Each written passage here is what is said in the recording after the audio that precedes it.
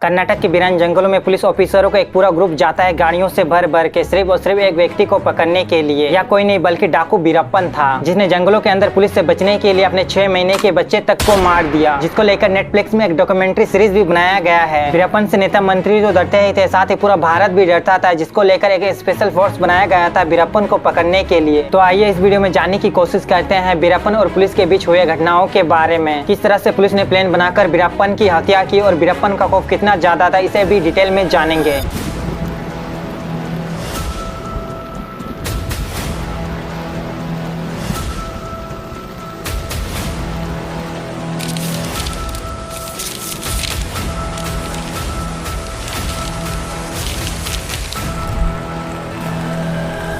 बेटा सो जा वरना गब्बर आ जाएगा, ये डायलॉग तो आपने शोले मूवी में जरूर सुना होगा, लेकिन असली जिंदगी में ऐसा खौफ और आतंक केवल वीरप्पन का ही था। वीरप्पन दक्षिण भारत के जंगलों का सबसे बड़ा और ठोकर तस्कर था। वीरप्पन का जन्म 18 जनवरी 1952 में एक साधारण परिवार में हुआ था। इस डाकू वीरप्पन के गाँव का नाम गोपीनाथम था, जो की कर्नाटक में स्थित है। वीरप्पन काफी छोटे से ही अलग अलग अपराध को अंजाम देता था। करीब 14 साल की उम्र में ही उसने सबसे पहले एक हाथी को मार गिराया था, सिर पर गोली मारकर। बेसिकली हाथियों के सिर पर गोली मारकर उनकी हत्या करके उनके दांतों का तस्करी करता था। इसके अलावा वो लाल चंदनों का भी तस्करी करता था और जब वह 17 साल का हुआ तो उसने सबसे पहले एक व्यक्ति को मारा था। इसी के बाद से ही उसका क्रिमिनल लाइफ स्टार्ट होता है। वीरप्पन जंगलों में रहकर हाथियों को मारकर उनके दांतों को बेचता था। इसके बाद से ही उसके पीछे पुलिस पड़ी हुई थी। पुलिस के पीछे पड़ने के बाद ही वीरप्पन अपने अपराध को करने के लिए अपना एक अलग गैंग बनाता है। वीरप्पन शुरू से ही जंगलों के अंदर पला बड़ा हुआ था, जिसकी वजह से वे जंगलों के हर एक स्थिति के बारे में उसे मालूम था। उसे पक्षियों से लेकर जानवरों के बारे में सब कुछ मालूम था। यहाँ तक कि जंगलों में मौजूद किसी भी जानवर से वह एक थोड़ा भी नहीं डरता था। इनफैक्ट इस पूरे जंगल को पार करने के लिए किसी भी व्यक्ति को एक पूरा दिन लग जाता था। वहीं वीरप्पन को इस जंगल को पार करने के लिए सिर्फ कुछ ही घंटे लगते थे। मानो वीरप्पन जंगलों का एक अलग ही शेर था। इसके अलावा वीरप्पन एक अच्छा शूटर भी था। वह लॉन्ग रेंज बंदूक और डबल बैरल गन शूट कर पाता था। जब भी इसे जंगल में पुलिस पकड़ने के लिए आती तो वह डबल बैरल गन से शूट करके पुलिस को मार देता था या फिर उन्हें पत्थरों की मदद से उनका सिर तक फोड़ देता था। हालांकि वीरप्पन को पकड़ने के लिए राज्य सरकार ने पुलिस के साथ मिलकर 20 लाख करोड़ रुपए का एक ऑपरेशन चलाया था। ऐसा ही और एक घटना हो चुका है। साल 1993 में वीरप्पन को एक लड़की हुई थी। उस समय उनका गैंग ज्यादा बड़ा नहीं था, इसीलिए वह डरता था और जब वह बच्ची रोती थी तो और भी ज्यादा डर जाता था। एक बार वीरप्पन की बेटी ने रोकर उसे मुसीबत में फंसा दिया था, इसीलिए वीरप्पन ने उसकी आवाज ही हमेशा के लिए बंद कर दिया। क्योंकि जब पुलिस से बचने के लिए वीरप्पन जंगल में छिपा हुआ था तो यह बच्ची जोर जोर से रो रही थी, जिसके बाद वीरप्पन को लगा कि अब वह पकड़ा जाएगा। इसी के डर से उसने अपने बेटी को पत्थर से मार दिया। इसी के बाद से ही वीरप्पन पुलिस से बचने के लिए अलग अलग तरकीब लगाता था और गाँव वालों को भी पैसा देता था ताकि गाँव वाले पुलिस वालों को कुछ न बताए। पुलिस वाले गाँव वालों को मार पीट कर वीरप्पन के बारे में पूछताछ करती थी। इसी के चलते गाँव वाले पुलिस वालों के ऊपर काफी ज्यादा गुस्सा थे और वीरप्पन का सपोर्ट करते थे। इसी के बाद से ही कर्नाटक, तमिलनाडु और केरल के जंगलों में बहुत बड़े बड़े अपराध किया करते थे, लेकिन पुलिस किन्हीं कारणों की वजह से उसे एक बार भी पकड़ नहीं पाती थी। 15 सालों तक पुलिस से बचकर जंगलों के अंदर अपना काम को अंजाम देता रहा। इसी को देखते हुए पुलिस ने एक स्पेशल टास्क फोर्स टीम बनाया था वीरप्पन को पकड़ने के लिए। इसके बाद से ही एक एक इनकाउंटर करके 80% अपराधियों को मार गिराया था इस फोर्स ने। इसी बीच पुलिस को पता चलता है कि वीरप्पन में कुछ प्रॉब्लम है, जिसका फायदा पुलिस उठाना चाहती थी, मगर पुलिस को साफ साफ यह भी पता था कि वीरप्पन को जंगल में नहीं पकड़ा जा सकता है। वीरप्पन को अगर पकड़ना है या फिर मारना है तो उसे जंगल से बाहर लाना होगा। इसके लिए एक प्लान बनाया जाता है पुलिस के द्वारा, जिसका नाम था कुकुन। इस पूरे ऑपरेशन को लीड कर रहा था ऑफिसर विजय कुमार, जो 10 सालों से वीरप्पन के गैंग को मारने का काम कर रहा था। साल 2004 में ऑफिसर विजय कुमार को पता चलता है कि वीरप्पन की आंखों में कुछ प्रॉब्लम है और वह ठीक से देख नहीं पाता है। इसी का फायदा पुलिस उठा ली। पुलिस ने कुछ लोगों को वीरप्पन के पास भेजा और कहा कि वीरप्पन को अगर इलाज करना है तो उसे जंगल से बाहर निकलकर हॉस्पिटल जाना होगा। इस बात के लिए वीरप्पन पूरी तरह से तैयार हो गया। पुलिस के प्लान के मुताबिक उसे एम्बुलेंस में बैठाकर हॉस्पिटल की ओर रवाना कर दिया जाएगा। मगर यहाँ पर एक शॉकिंग बात यह है कि इस एम्बुलेंस का ड्राइवर भी एक पुलिस ऑफिसर ही था।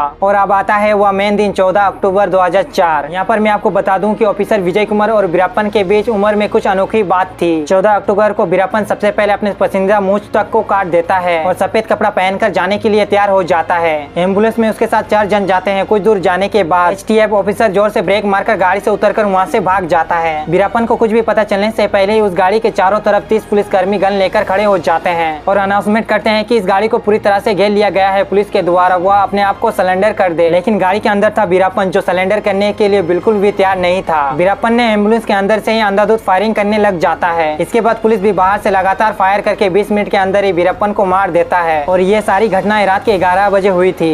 यहाँ पर मैंने आपको पहले ही कहा था कि वीरप्पन का जन्म साल 1952 में हुआ था। वही ऑफिसर विजय कुमार का भी जन्म 1952 में ही हुआ था। यानी ये दोनों एक दूसरे से काफी ज्यादा अलग थे, मगर इनका उम्र सेम ही था। वीरप्पन एक ऐसा डाकू था जिन्हें सभी को लाकर अपने घुटनों पर झुका दिया था, मगर मौत एक सच्चाई है जिसे कोई भी अपने घुटनों पर नहीं झुका सकता है।